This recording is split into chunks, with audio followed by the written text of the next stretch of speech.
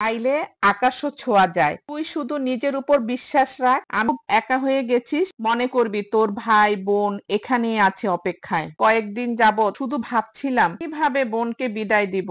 ও আসসালামু আলাইকুম, সবাই কেমন আছেন? আশা করি সবাই খুব ভালো আছেন। আলহামদুলিল্লাহ, আমিও আছি আপনাদের দোয়ায় ভালো। আজকের ভিডিওটা একটু আলাদা। হয়তো আপনারা এরকম একটা মুহূর্তের মধ্যে দিয়ে গেছেন বা সামনে যাবেন।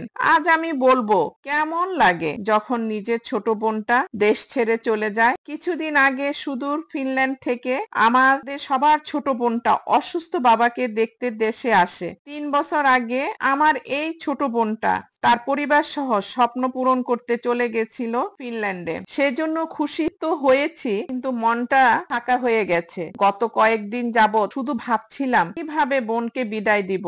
ওর লাগেজ গোছাতে সাহায্য করছিলাম, কিন্তু ভিতরে ভিতরে চাইছিলাম ও যেন বলে আর যাব না, থেকে যাব আপনাদের সাথে। দেখতে দেখতে কিভাবে যে 15টা দিন কেটে গেল।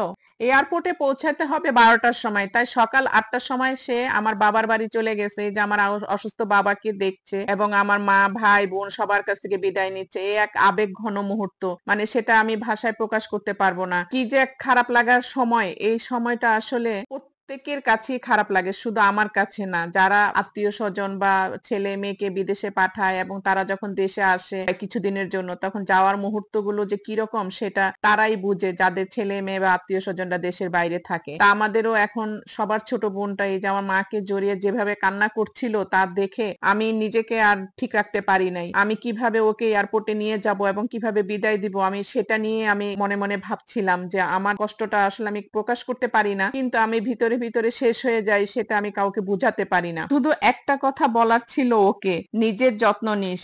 আর যদি কোনোদিন মনে হয় খুব একা হয়ে গেছিস, মনে করবি তোর ভাই বোন এখানেই আছে অপেক্ষায়। ভালো থাকিস বোন, তোকে খুব মিস করব।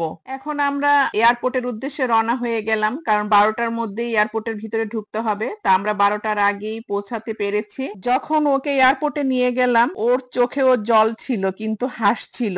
কারণ জানি আমার বোনটা অনেক সাহসী, ওর সামনে একটা নতুন জীবন, নতুন চ্যালেঞ্জ। আর আমি আমি পেছনে থেকে গেলাম শুধু স্মৃতিগুলো নিয়ে। এদিকে আমাদের সাথে অবনী এসেছে, আসিন এসেছে, ওরা তো অনেক কান্নাকাটি করছে। এই যে অনবরত কাঁদতেছে আমার ছোট বোনের মেয়েটাকে নিয়ে। আর এই বোনের মেয়েটা আভিন, এই ছোট্ট মেয়েটাকে একদম ছোট্ট নিয়ে ও চলে গিয়েছিল, এখন একটু বড় হয়েছে। ও যে আহ্লাদ করে, যেভাবে ও মানে সবার সাথে মিশে যায়, মায়া জড়ানো কথাগুলো সবাই কিভাবে ভুলবে, এগুলোই ওরা খুব মিস করবে। সেটার জন্যই ওরা ভীষণ কান্নাকাটি করছে। তুই হয়তো দূরে যাচ্ছিস, কিন্তু আমাদের সম্পর্কের বন্ধন দূরত্বে কখনই কমবে না। প্রতিটা জিনিস, প্রতিটা ছোট জিনিস যেটা আমরা একসাথে করতাম, তা আমি মনে রাখবো, তুইও রাখিস। একটা কথা সবসময় মনে রাখিস, চাইলে আকাশও ছোঁয়া যায়। তুই শুধু নিজের উপর বিশ্বাস রাখ। আমি জানি তুই অনেক দূর যাবি। বোন, তুমি ভালো থেকো, নিরাপদে থেকো। সবসময় মনে রেখো আমরা তোমায় ভীষণ ভালোবাসি আর তোমার অপেক্ষায় থাকবো সব সময়। আল্লাহ তোমার মঙ্গল করুন। শুভ যাত্রা বোন, ভালো থেকো। আল্লাহ হাফেজ।